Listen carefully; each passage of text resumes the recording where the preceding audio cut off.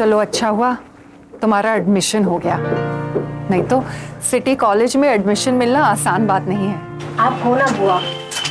I hope कि बबलू भैया को भी जॉब का कॉल आ गया। बेटा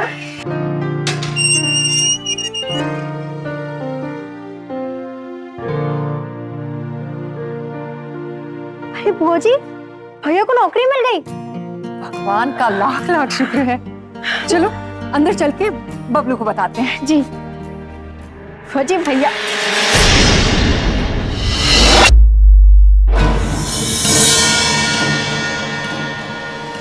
भैया भैया भैया बबलू भैया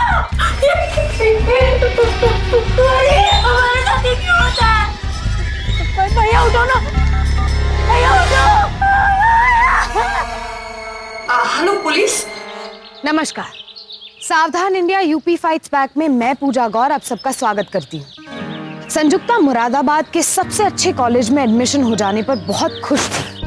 अपनी बुआ कल्पना के साथ घर वापस लौटते हुए वो भगवान से प्रार्थना कर रही थी कि उसके बड़े भाई बबलू की भी नौकरी लग गई। एडमिशन हो जाने की खुशखबरी वो सबसे पहले अपने भाई को सुनाना चाहती थी, पर संजुक्ता के लिए एक बेहद दुखद खबर घर पर इंतजार कर रही थी।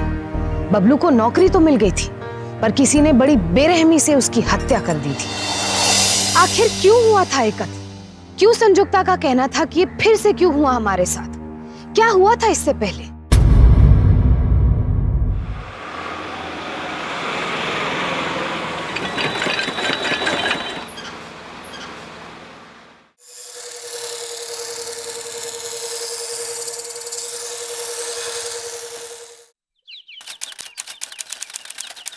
अरे बबलू के पापा, देर हो रही है, जल्दी करिए ना। अपनी बहन का ख्याल रखना बबलू, आज उसका लास्ट पेपर है, कोई डिस्टरबेंस नहीं होना चाहिए। पापा मैं सब संभाल लूंगा। पता नहीं सामान वामान भी ठीक से रखा है या नहीं। मम्मी वो सब हो जाएगा, आप निश्चिंत होकर शादी में जाइए। लेकिन मुझे चिंता इस बात की हो रही है, पापा 200 किलोमीटर गाड़ी खुद चला रहे हैं। इसकी चिंता ना कर, रास्ते में कोई परेशानी ना हो इसलिए मैंने गाड़ी की सर्विसिंग पहले ही पूरी करा ली थी। ये बहुत अच्छा किया पापा आपने।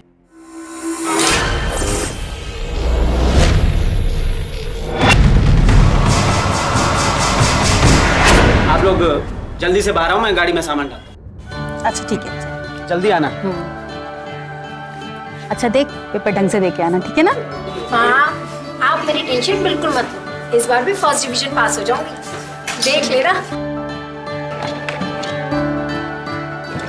माँ बेटी का प्यार बहुत हो गया, अब जल्दी से चलो फटाफट। अरे अरे भैया जी, ये बैग तो रह गया। ये काम कर, इसको सीट पे रख दे। जी भैया। अच्छे मार्क्स आएंगे, तुम जो गिफ्ट मांगोगी वही गिफ्ट दूंगा तुमको, ठीक है?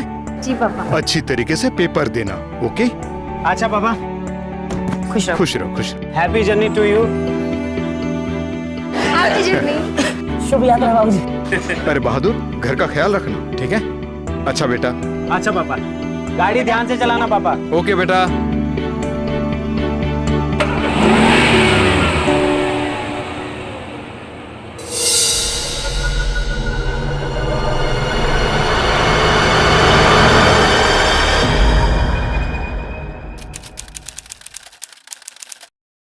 अरे किताब बंद कर और चल, बहुत पढ़ाई होगी, नहीं तो इम्तिहान के लिए देर हो जाएगी। भैया, इंटर का लास्ट एग्जाम है और आपको तो पता है कि मेरी लास्ट मिनट की प्रिपरेशन सबसे बेस्ट होती है। पता है तेरी लास्ट प्रिपरेशन। अरे प्रिपरेशन तभी काम आएगी जब तू टाइम से इम्तिहान देने पहुंचेगी। मैं बाइक निकालता हूँ, तू जल्दी से आ। भैया थैंक यू सो मच। क्यों? मुझे थोड़े कॉलेज जाना है, मैं MBA कर चुका हूँ, समझिए। जानती हूँ, लेकिन आज मम्मी पापा के साथ आप भी जा सकते थे, लेकिन आप नहीं गए क्योंकि मेरे एग्जाम्स हैं, सिर्फ इसलिए। पापा को प्रॉमिस किया है कि तेरा ख्याल रखूंगा। भैया जी, वो पुलिस आई है।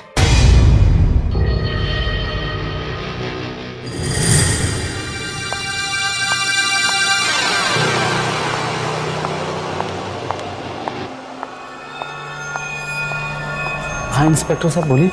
इस फोटो को देखो, इस गाड़ी को पहचानते हो आप?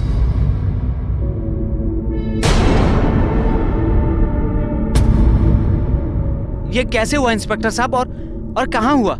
ये कार्गो रोड पे हुआ है आज ही। इस वक्त डेड बॉडीज कहाँ पर है? हॉस्पिटल में।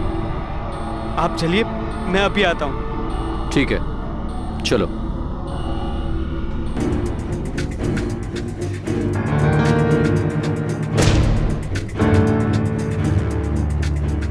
क्या हुआ भैया? कुछ नहीं, मेरे एक दोस्त का एक्सीडेंट हो गया है, लेकिन तुझे बहादुर कॉलेज छोड़ देगा। मैं जरा उसे हॉस्पिटल में मिल के आता हूँ। और सुन, ऊपर अच्छे से देखा रहना। भैया सब ठीक तो है ना? सब ठीक है।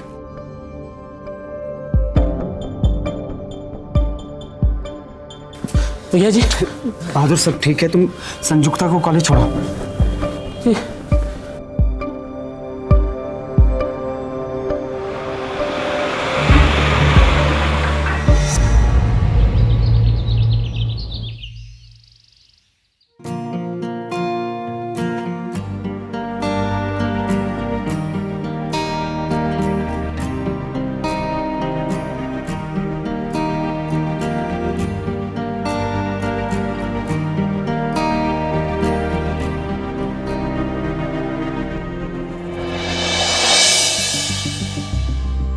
अरे बुआ,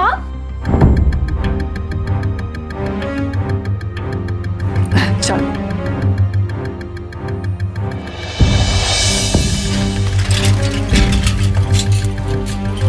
बुआ ये हम हॉस्पिटल की तरफ क्यों जा रहे हैं?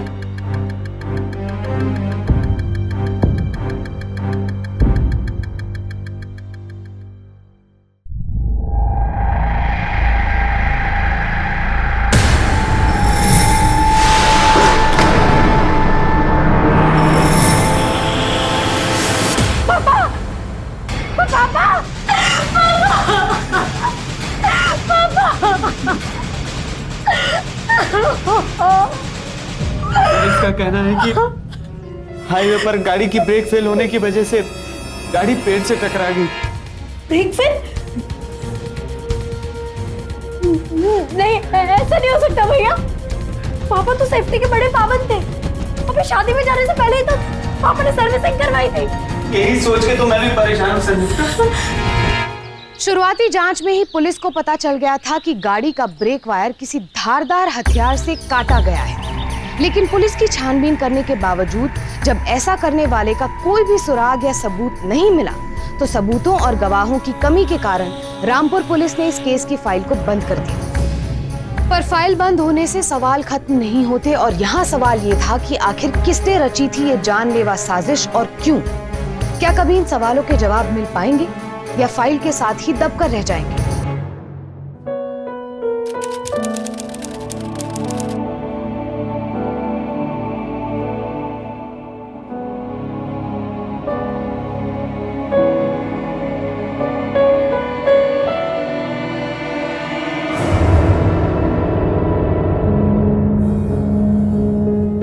इधर आओ।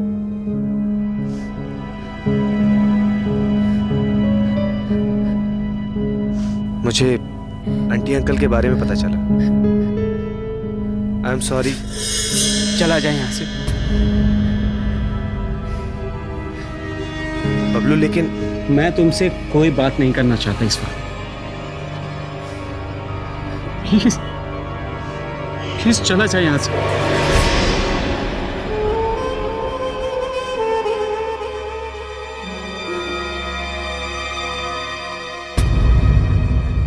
पापा, मम्मी, आप हम लोगों को अकेला छोड़कर क्यों चले गए? भगवान के घर में भी अच्छे लोगों की बहुत कमी है, इसीलिए उन्होंने इन दोनों को अपने पास बुला लिया। पर बुआ, उन्होंने हमारे बारे में एक बार भी नहीं सोचा। इसका जवाब नहीं है मेरे पास, लेकिन मैं प्रार्थना जरूर करूंगी कि भगवान इनकी आत्मा को शांति दे।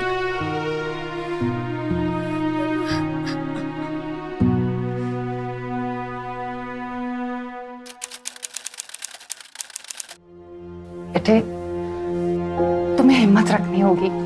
तुम ही घर के करता धरता हो। कुछ खा लो। बुआ जी, मेरा तो ये सोच के दिमाग फटा जा रहा है कि कोई मम्मी पापा के साथ ऐसा क्यों करेगा। पूरे शहर से उन्हें प्यार और इज्जत मिलती थी, उनकी किसी से कोई दुश्मनी नहीं थी, ना ही किसी से मन मुटाव, ना ही किसी से भय। और पुलिस वाले कह रहे थे कि ये एक्सीडेंट नहीं था। अगर ये एक्सीडेंट नहीं था तो फिर क्या था? वो मैं कुछ नहीं जानती। मैं बस ये जानती हूँ कि यहाँ कुछ ठीक नहीं है। मैं तुम दोनों बच्चों को इस माहौल से दूर ले जाना चाहती हूँ। भैया जी, गाड़ी में सब सामान रख दिया। ठीक है बाबू। भैया जी, एक बार फिर हम आपसे कह रहे हैं, फिर से सोच लीजिए। अब अपना घर क्यों छोड़ करके जा रहे हैं? बुआ जी से कहिए ना यहीं रुकने के लिए। उनका मुरादाबाद में है ही कौन? बहादुर, अब बुआ जी के अलावा हम लोगों का है ही कौन? भैया जी, इतना बड़ा घर है, इतनी जमीन है, और आप कह रहे हैं कि क्या बचा ही क्या? अरे उसकी देखभाल के लिए तुम हो ना, अपना ध्यान रखना। हाँ चल चल बच्चों। हाँ बच्चे।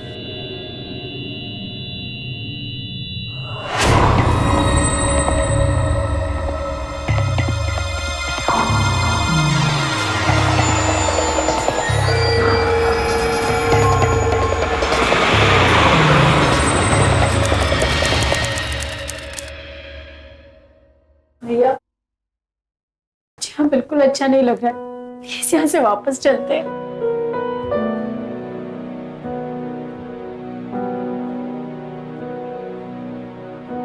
देख, जो कुछ भी है अब यही हमारा घर है। मैं समझता हूँ थोड़ा एडजस्ट करना पड़ेगा, लेकिन अब वापस रामपुर नहीं जाएंगे।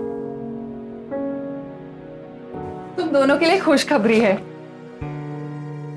संयुक्ता की एडमिशन की बात हो गई है। बस 2-4 दिन में एडमिशन भी मिल जाएगा। ये पगली रो रही थी।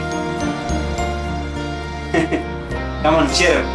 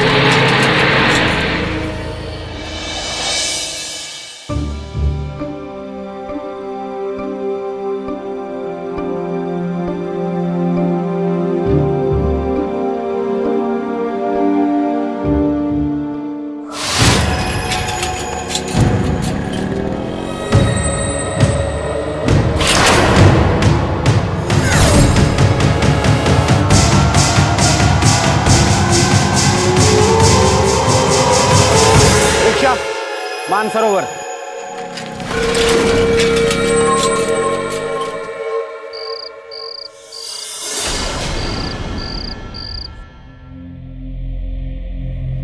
अरे भैया, आपका इंटरव्यू कैसा रहा? मैं तो बताना ही भूल गया।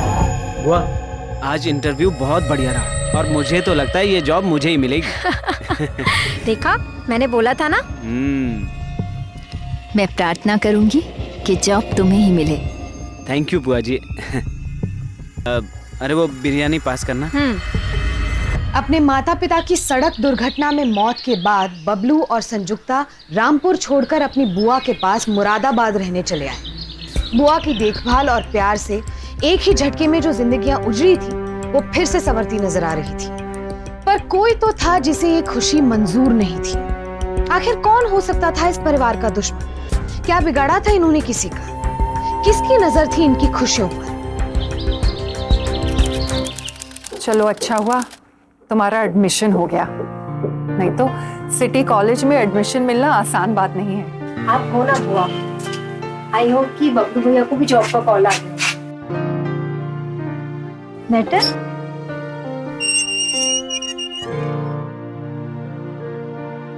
अरे बुआ जी, भैया को नौकरी मिल गई। भगवान का लाख लाख शुक्र है। चलो अंदर चल के बबलू को बताते हैं। जी। बुआ जी, भैया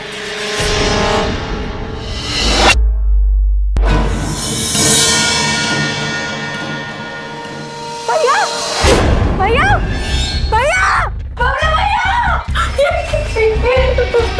अरे हमारे साथ ये क्यों होता है? भैया उठो ना, भैया उठो।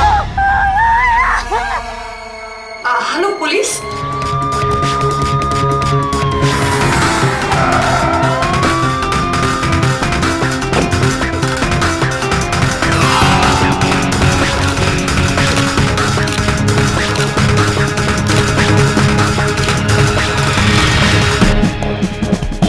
जी क्या आपको किसी पे शक है? इस पर शक होगा सर। हमें तो आए हुए सिर्फ 1 ही महीना हुआ है और हम तो यहाँ किसी को ठीक से जानते भी नहीं। किसी से दुश्मनी और झगड़ा तो बहुत दूर की बात है, कोई आता जाता भी नहीं। कभी कभी रामपुर से कोई आ जाए तो अलग बात है। देखिए जिस तरीके से कत्ल हुआ है ऐसा बिल्कुल नहीं लगता कि कोई जबरदस्ती घर में घुसा। इसका मतलब यही है कि बबलू कातिल को पहले से जानता है। तिवारी ये पहली तो लस्ती जा रही है। इस चाकू पे किसी की उंगलियों के निशान नहीं। लगता है कातिल बहुत ही शातिर। जी सर। और भला आज के दौर पे रामपुरी चाकू कौन इस्तेमाल करेगा? और इस चाकू को देख के लगता है कि इसे खास तौर पे बनवाया गया। भला ऐसा चाकू कौन बना सकता है? सर हो सकता है ये दिलावर को पता हो। दिलावर माना इस वक्त वो जेल में है, लेकिन अपने जमाने का बहुत बड़ा चाकूबाज था। उससे पूछताछ करनी पड़ेगी। सारे गुनाहों से तौबा करके जेल में बैठा हुआ हूँ दरोगा साहब, बताइए कैसे याद फरमाया? मैं जानता हूँ दिलावर कि अब तुम सुधर चुके हो और तुम्हारे अच्छे व्यवहार के चलते तुम जल्दी जेल से रिहा होने वाले हो। दरअसल एक केस के सिलसिले में तुम्हारी कुछ मदद चाहिए। नहीं साहब।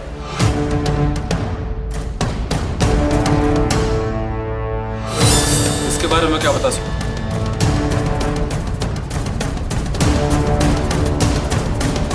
ऐसे चाकू देखे तो जमाने हो गए साहब। रिंग वाला कुंडा, 5 लीवर। इस वक्त ये चाकू चाहिए हो तो कौन बना सकता? सब उसी जमाने में 2-3 ही लोग थे और तभी बुजुर्ग।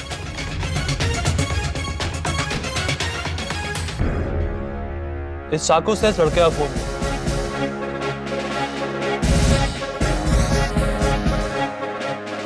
सब चाकू बनाने वाला कमाल का, चलाने वाला अनाड़ी। मतलब साहब ये 8 इंच का रामपुरिया है। एक दांव में किसी का सर से गर्दन अलग हो जाए। और इसने तो इतने वार किए, सब लंगूर के हाथ में अंगूर थमा दिया। और कुछ और बता सकते हैं? इतने दिनों से जेल में हो साहब, बाहर का तो खबर नहीं। आपको तो वहीं जाके पता चलेगा जहां ये चाकू बनती है, यानी रामपुर।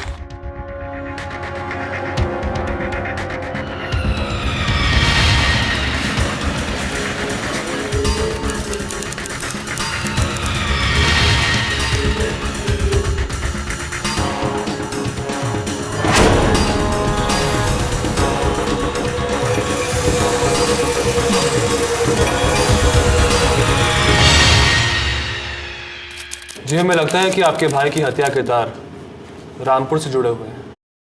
क्या आप हमें वहां के बारे में कुछ और बताएंगे? जी पापा रामपुर के बड़े नामी इंसान थे।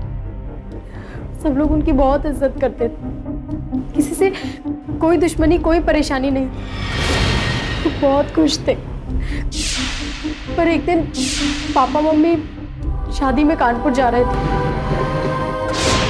उनकी कार का एक्सीडेंट हो गया। उनकी कार किसी पेड़ से टकरा गई। ये एक्सीडेंट हुआ कैसे, कुछ जानते हैं आप? पुलिस को शक था कि उनकी कार का एक्सीडेंट नहीं हुआ, बल्कि उनके ब्रेक वायर काटा गया था। उसके बाद बुआ जी हमको लेके यहाँ पे आ गई। मुझे लगा कि इन दोनों बच्चों की जान को खतरा है, इसी कारण मैं इन दोनों को यहाँ लेकर आ गई।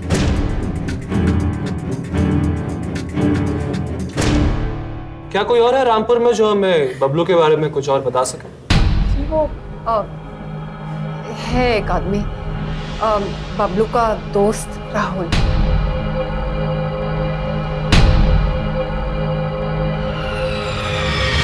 तिवारी, संजुक्ता ने बोला कि मैं एक्सीडेंट नहीं हुआ था, बल्कि बेस के बाहर काटे गए थे।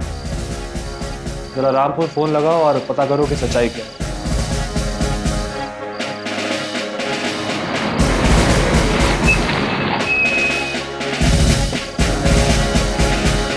टंके खोलकर। हाँ ठीक है सर, अभी रामपुर थाने से फोन था। गाड़ी की ब्रेक वायर को किसी तेज धार वाले हथियार से काटा गया था। अच्छा, इसका मतलब संजुक्ता सच कह रही है। चलो।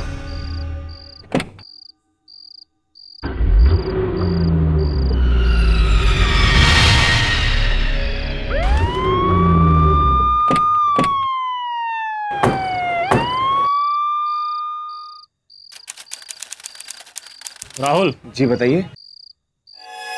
तुम्हें हमारे साथ चलना पड़ेगा पुलिस स्टेशन। सर मेरी बात अरे चल, डालो गाड़ी में से।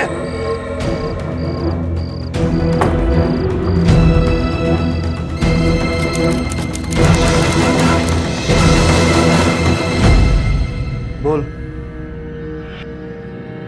बबलू और तेरा क्या रिश्ता था?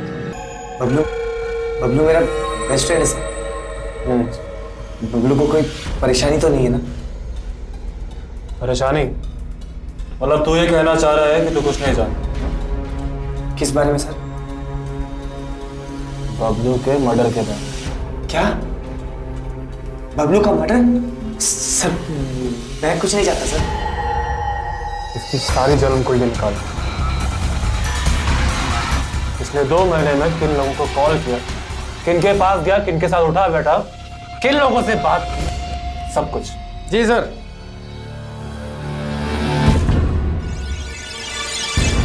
ऐसा है, बहुत बड़ी मुसीबत में फंसने वाले थे। सच बताओ सर। सर मैं बताता हूँ सर। बबलू मेरे बचपन का दोस्त है सर। लेकिन सर फिर हमारी दोस्ती टूट गई। क्यों? बोल। सर क्योंकि मैं संजुक्ता से प्यार करता था सर, और ये बात बबलू को पता चल गई। वो हमारे संबंध के खिलाफ था, क्योंकि ना ही मैं उनकी हैसियत का था और ना ही उनकी जात का। बबलू और उसके पेरेंट्स कभी हमारे रिश्ते को स्वीकार नहीं करते। अभी वो जो ना नई वाली फिल्म आई है, तेरी कसम मेरा बहुत मन कर रहा है देखने का। तू चलेगी?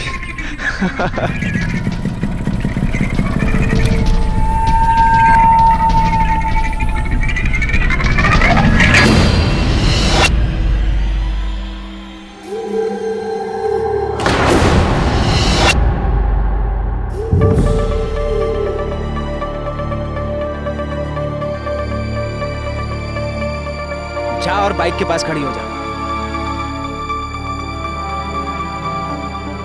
संजू, बबलू मेरा सबसे अच्छा दोस्त होकर तूने मेरी पीठ पर छुरा घोंपा।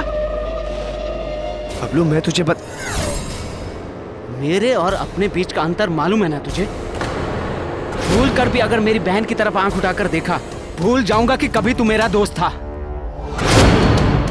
याद रखना। सर उस दिन के बाद से मैं संजुक्ता से कभी नहीं मिला।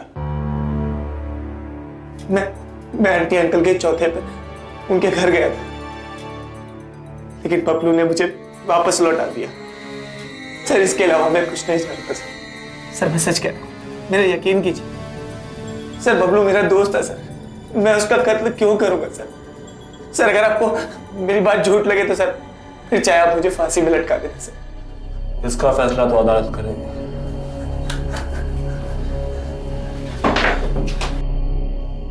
I understand that. Even for me, this case is top priority. Sure, sir. जय हिंद।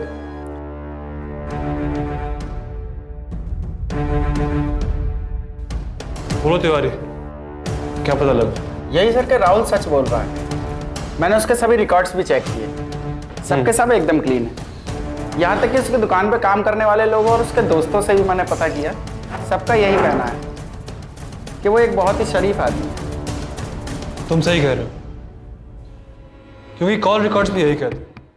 पिछले 2 महीनों से राहुल के फोन से ना तो संजुक्ता और ना बबलू को कोई भी कॉल गई। राहुल, हमने तुम्हारे बारे में पता किया। फिलहाल तुम जा सकते हो, लेकिन हर रोज थाने में आकर रिपोर्ट करना पड़ेगा। जाओ। अच्छा सुनो, बैठो। तुम्हारा ये चाकू चुराने का काम है ना? जी सर। इसे देखो, इसके बारे में क्या बता सकते? सर मैं ऐसे 2-3 लोगों को जानता हूँ जो ये चाकू बनाते हैं। 1990 में उत्तर प्रदेश सरकार ने 5 सेंटीमीटर से लंबे चाकुओं के इस्तेमाल पर प्रतिबंध लगा दिया था। कुछ सालों बाद इसे 5 सेंटीमीटर से बढ़ाकर 10.6 सेंटीमीटर कर दिया गया, पर वो भी सिर्फ रामपुर में। ऐसे चाकुओं का इस्तेमाल बाकी जगहों पर अभी भी गैर कानूनी है। तो कौन थे ये लोग जो अभी भी ऐसे चाकू बनाते थे और क्या रिश्ता था उनका बबलू के कत्ल से?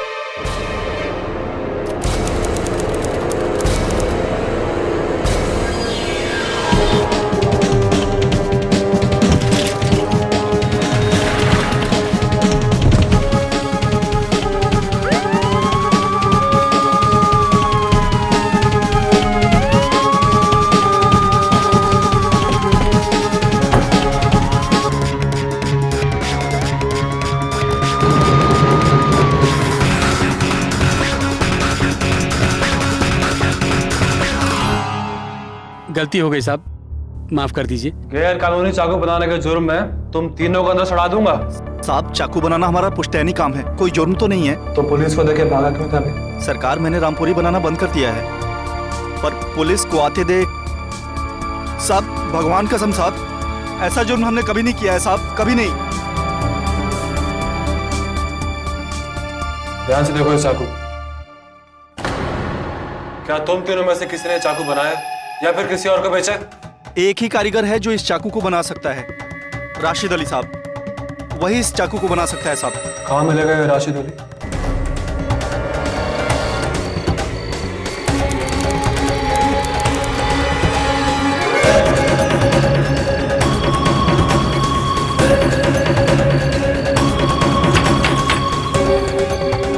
तिवारी, छोड़ दरवाजा।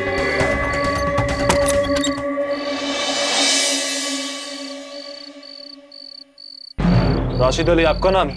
जी जनाब, बताइए मैं आपकी क्या खिदमत कर सकता हूँ? क्या ये चाकू आपने बनाया? इसे नाचीज नहीं बनाया, इसे 20 साल पहले बनाया था जब हमारी फैक्ट्री चल रही थी। क्या आपको याद है कि ये चाकू आपने किसे बेचा था?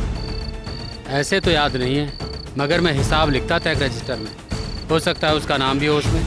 क्या हमें वो रजिस्टर दिखाएंगे?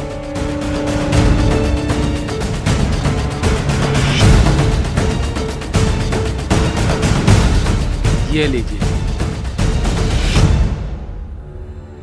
रशीद जी, ये रजिस्टर हमें अपने साथ लेके जाना होगा। ठीक है साहब, मेरे किसी काम का नहीं। शुक्रिया। अगर आपको कोई और बात पता चले तो आप मुझे कॉल कीजिए। ठीक है साहब। तिवारी ने मेरा नंबर दिया।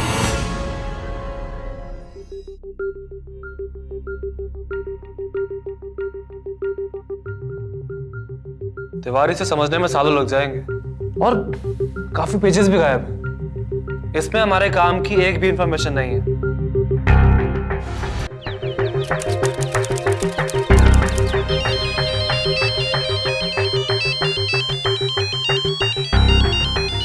राशिद अली। हाँ बोलो राशिद। दरोगा जी, आज एक आदमी आया था मेरे पास, वैसा ही चाकू मांगने के लिए। फिर मैंने उसको बताया कि भाई हम तो 20 साल से इस धंधे से बाहर हैं, मगर वो मानने के लिए राजी नहीं था। साहब 10,000 का लालच दे रहा था वो चाकू खरीदने के लिए। मैंने भी साहब लालच में आके अपना एक पुराना रामपुरी चाकू उसे बेच दिया। उस आदमी का नाम याद है? वो शख्स का नाम है रंगा। रंगा नाम है उसका।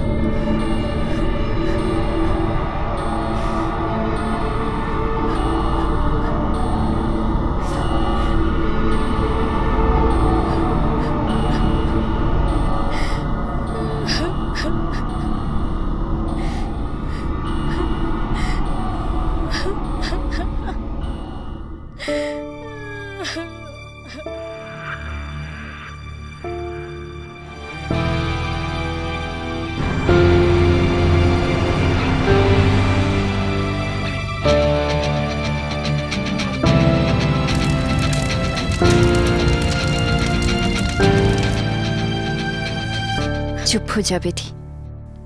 तुझे रोता देख बबलू की आत्मा को शांति कैसे मिलेगी? बुआ जी, हमने किसी का क्या बिगाड़ा? क्यों कोई हमारे पीछे पड़ा हुआ है? सब ठीक हो जाएगा बेटी, सब ठीक हो जाएगा।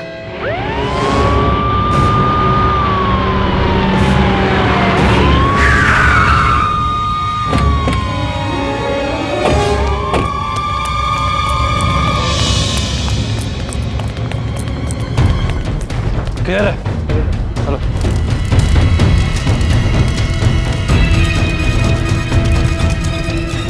कल्पना जी से जूता काम है। चलो।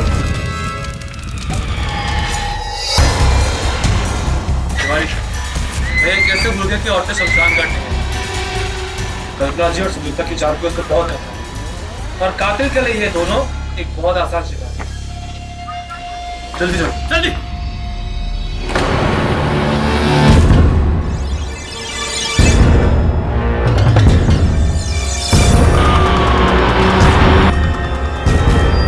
शुभ यात्रा राम जी।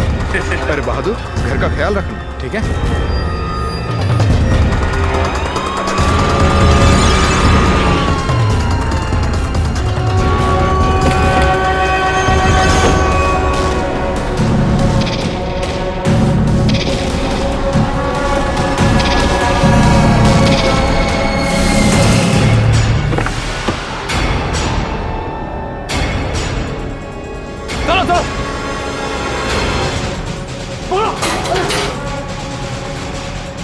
लेके चलो से बंद करो।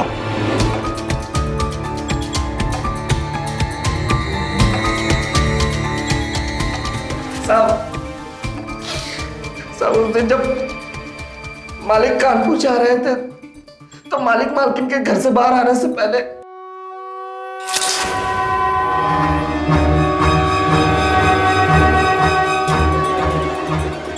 हम जाके कार के नीचे ब्रेक का तार काट दिए थे साहब।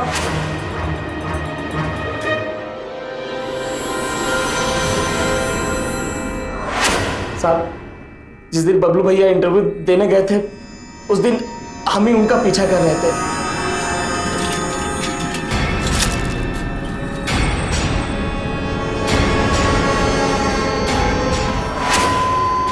रिक्शा मानसरोवर।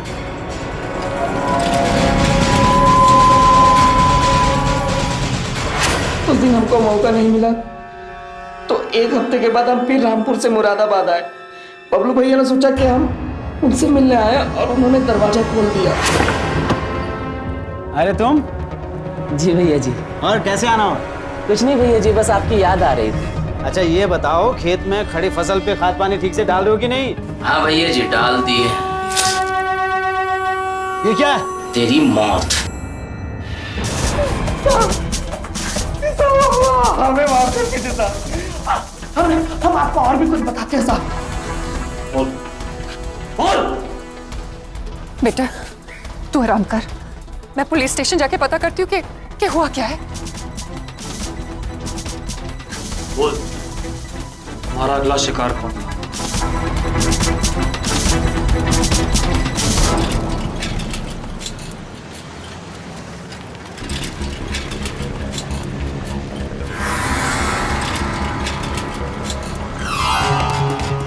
यहाँ से निकल देनी चाहिए, पूरे घर की तलाशी लो जल्दी। तुम्हारी बुआ जी कहाँ है? बुआ जी तो करीब थोड़ी देर पहले पुलिस स्टेशन ही गई थी। Police station? पर वो वहां पहुंची नहीं। सुनो, तुम यहाँ रुको और उनकी सुरक्षा का ख्याल रखो और तुम मेरे साथ चलो जल्दी।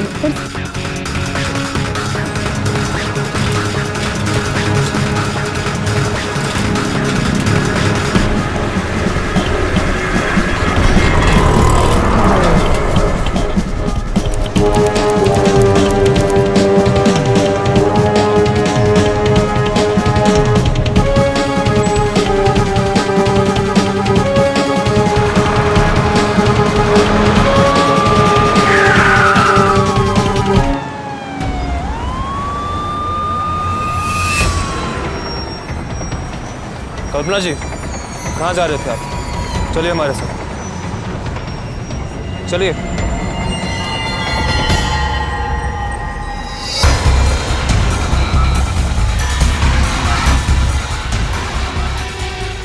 कल्पना जी, अब अगर सच्चाई आप खुद ही बता दो तो बेहतर रहेगा। हमारे ऊपर बहुत कर्जा था।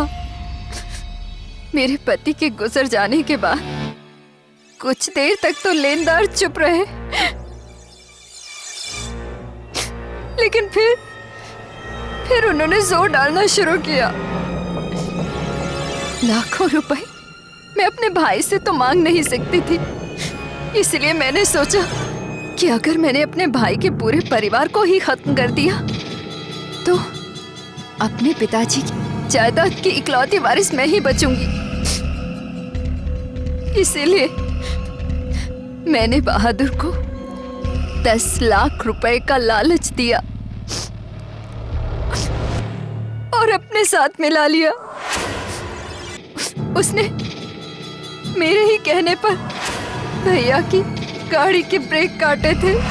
काम हो गया जीजी। जिस दिन मैं बबलू और संयुक्ता को रामपुर से लेकर आ रही थी, उस दिन निकलने से पहले तुमने बहुत अच्छा काम किया बहादुर। ऐसे ही तुम्हें इन दोनों को भी खत्म करना है। काम हो जाएगा बुआ जी। संयुक्ता और बबलू को मैं अपने साथ मुरादाबाद लेकर चली आई। बहादुर पर किसी को शक नहीं होता, इसीलिए मैंने उसे मुरादाबाद बुलाया। ये क्या? तेरी मौत। जीजी, बबलू भैया का भी काम तमाम कर दिए हैं। जब मुझे लगा कि बबलू की मौत का मामला शांत होने लगा है, तब मैंने एक दिन बहादुर को फोन किया। हेलो। अब सिर्फ संयुक्ता ही बची है, उसका भी काम तमाम हो जाना चाहिए। मुझे जल्द से जल्द प्रॉपर्टी और पैसा चाहिए था, जिससे कि मैं अपने ऊपर चढ़े हुए कर्ज को उतार पाऊं और चैन की जिंदगी जी पाऊं। चंद पैसे और प्रॉपर्टी की लालच में आप इतने अंधे हो गए कि आपने अपने ही परिवार का कत्ल कर दिया। कल्पना जी, आप जैसी बुआ और आप जैसी बहन जिन लोगों की हो, उन्हें दुश्मनों की कोई जरूरत। ये घिनौना खेल कल्पना ने परिवार के नौकर बहादुर के साथ मिलकर रचा था। एसपी यादव की कोशिशों से न केवल कल्पना की करतूतें सामने आई, बल्कि संयुक्ता की जान भी बच गई। कल्पना को क्रिमिनल कॉन्स्पिरेसी यानी कि हत्या की साजिश रचने के लिए आईपीसी की धारा 120B के तहत उम्र कैद की सजा हुई और बहादुर को 3 हत्याओं का दोषी पाते हुए आईपीसी की धारा 302 के तहत बामशक्कत उम्र कैद की सजा सुनाई गई। प्रॉपर्टी की लालच में आकर कल्पना ने जिस जघन्य अपराध का पूरा ताना बाना बुना, वो बेहद हैरान कर देने वाला था, क्योंकि घर की बड़ी होने के नाते दोनों भाई बहन ने उन पर भरोसा किया था। तो सावधान रहिए ऐसे रिश्तेदारों से जो लालच में रिश्तों का खून कर देते हैं। फिर होगी आपसे मुलाकात जुर्म से जंग की सच्ची घटना के साथ। तब तक सावधान इंडिया, यूपी फाइट्स बैक। जुर्म से जंग जारी है, अब यूपी की बारी है। तो सावधान।